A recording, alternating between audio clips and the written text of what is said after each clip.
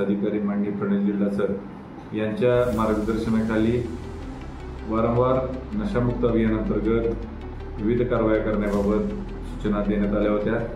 सदर सूचनांच्या अनुषंगाने महात्मा गांधी चौक पोलीस स्टेशनकडील पथकाने गोपनीय माहितीद्वारे माहिती प्राप्त करून महात्मा गांधी चौक पोलीस स्टेशन हद्दीतील निलजी हायवेलगत ब्रिज खाली काही लोक सुगंधित तंबाखू माल वाहतूक व विक्री करण्यासाठी येणार असल्याची खात्रीलायक माहिती महात्मा गांधी चौक पोलीस स्टेशनला मिळाली होती। त्या अनुषंगाने महात्मा गांधी चौक पोलीस स्टेशनकडील पथकाने कारवाई करीत 570 किलो सुगंधित तंबाखू माल व एक आयशर चारचाकी वाहन असं एकूण 11,26,000 रुपयाचा मुद्देमाल या गुन्ह्यामध्ये जप्त केलेला आहे।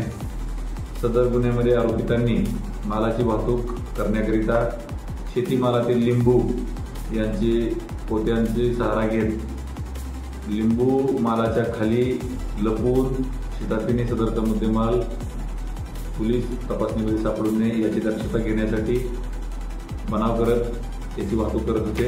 याची माहिती प्राप्त होताच पथकाने कारवाई करीत या गुन्ह्यामध्ये प्रथम 2 व नंतर तपासांतर्गत 1 अशा 3 आरोपींना अटक करून माननीय न्यायालयासमोर हजर केले होते।